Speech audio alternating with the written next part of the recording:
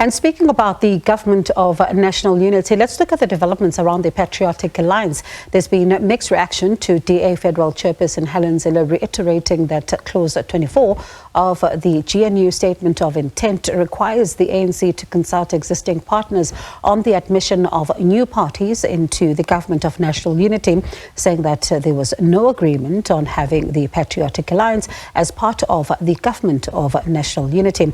Now, Patriotic Alliance's head of negotiations, Charles Cilliers, joins us live now to talk about this. Charles, thank you so much for your time this afternoon. Firstly, what is your take on what the DA's Helen Zille had to say?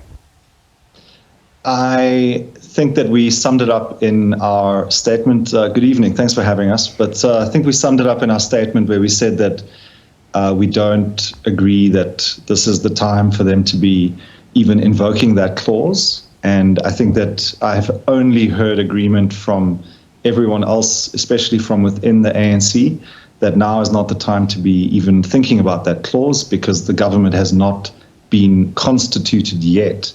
And we don't even know at this stage who all the parties are that will be included in this GNU. And until that time, we can't be talking about who's in and who's out. It's only once the GNU is fully announced that we'll know who all the members are. And then after that, if anybody wants to join, then of course we would all have to be consulted before that decision is made to allow anyone else in. So Clause 24 just has no place right now in the discussion. And reading your statement, of course, one can sense which way this is going and exactly what you've just mentioned. But I'm keen to hear if it took you at all by surprise when you heard these utterances at all? Look, I mean, I think it's unfortunate, but when it comes to Helen Zille in particular, we do know that she doesn't like the PA, and it's a reflection of that. She did try to say, oh, it's not really about the PA per se, but I doubt that she would have kicked up as much fuss about any other party. But I guess time will tell if she can hold her nose and work with some of these parties in the GNU, not just us that she might feel, have no business being here. And have you raised this at all with either the ANC or the DA? No, I mean it's just a sideshow. This is not a big issue. I mean, it's only a problem in Helen Zille's mind. It has no impact on the world that we actually live in. So I wonder then, Charles, because some people have said that this for them is a big thing because it kind of signals to how difficult the talks may be behind closed doors. Because if you then have one, member, if I can use that word loosely, of the government of national unity with a statement of intent out there and all of that as, provided by the Democratic Alliance. But some people are saying if you then have this either double speak or people speaking past each other who are supposed to be at the table together, it signals how difficult these negotiations may be behind closed doors. Are they correct? I would say that the difficulty is primarily with trying to speak to the DA. We've had this experience in the past, and they are an arrogant party. I think everybody that's had any kind of relationship or any attempt to work with them will tell you this. You can speak to Action SA, Freedom Front, ACDP, any of the parties that have worked with the DA in various coalitions. And just look at the Freedom Front, who really are not a party that's given the DA much trouble in the past. And even they have had to release statements at times to say, look, by the way, you're disrespecting us. So it is an arrogant party. I mean, they do not like being called that. We've called them that to their faces so many times. And arrogance is not going to work in this GNU. So they're going to have to learn a new mode of approach if this GNU is to be successful. And I think that we are on the record as saying that we want it to be successful. We do want the DA to be a successful part of this GNU because the country doesn't need instability, right? We need whoever is in this thing, we need everyone that's part of the GNU going forward to be in it for the long haul, and that we govern the country properly and well and as the people deserve for the next 5 years. So egos should not disrupt this government.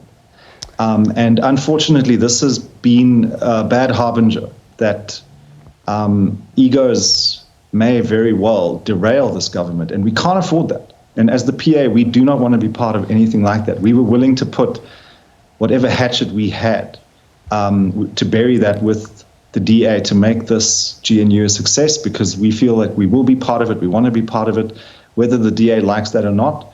And that is the nature of coalition. The nature of coalition is compromise and putting your own ego aside, because we were elected on behalf of the population of this country, the people, and we have to do the best job we can for them. It's not about us anymore. It's not about our parties anymore. So, Charles, I mean, yesterday, for example, I was in conversation on the sidelines of the inauguration with the DAA spokesperson, Solimalatse, who says that for them, Clause 24 is very clear, and I was actually asking a very direct question about what Helen Zille had to say, and he says that no, Clause 24 is very clear, the parties are very clear, they know exactly what's expected of them.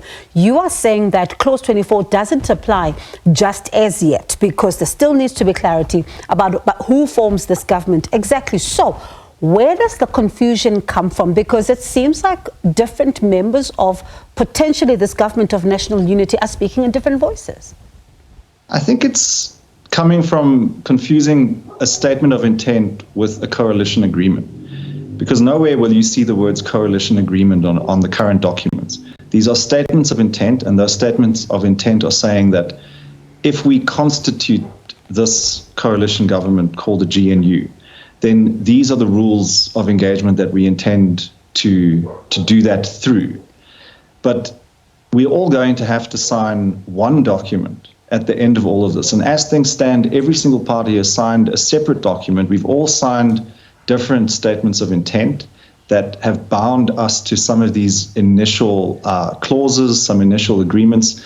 And we must understand that none of these are legally binding. This is really all just MOUs, really, and it's done in a handshake.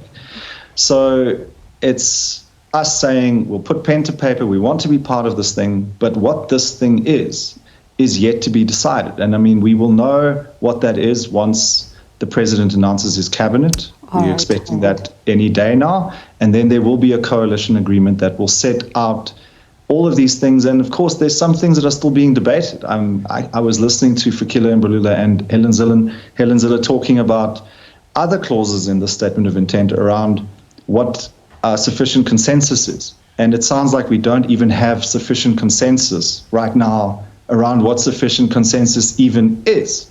So there are a few things that we're still going to have to figure out. But by the time we sign that final coalition agreement, hopefully all of these things will be put to bed. It's going to be an interesting one. And before I let you go, you say that you're expecting an announcement on the cabinet any day now. I know I've heard your leader, Gayton McKenzie, talking about where he'd like to go. Where does the PA think you'll be deployed, if at all, possibly? Look, I mean, it's a sensitive time right now, right? So I think we've said that we are just looking to be included in this government in a way that recognizes the value that we bring. We did get a particular percentage of the vote. It's not the most, it's certainly not the least as well of all the parties that will be in this. And we'd like to add value, right?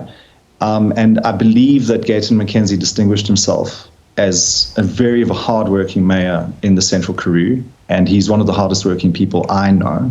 And I really believe that he would make a fantastic minister. As to what portfolio that is, that's something that we can discuss. It won't just be a discussion with the ANC. It's a discussion within the PA, and whatever it is, I expect we'll. If I'm not saying we will definitely get a ministry, but if we do, whatever it is, I'm sure we will do incredibly well, and Gayton will do incredibly well in that role. I'm keen to hear from you then, once we hear the announcement of who makes it into cabinet. Thank you so much, Charles, for your time. Appreciate it. That was Patriotic Alliance Head of Negotiations, Charles Cilliers. All right, and remember, we will talk about the government of national unity on Explain and Verify with Samkele Maseke at 7 o'clock, and especially when we're now hearing from one party that there is not even an agreement on what sufficient consensus is. So there's no sufficient consensus as to what exactly the sufficient consensus will be within the government of national unity. So quite a lot to talk about.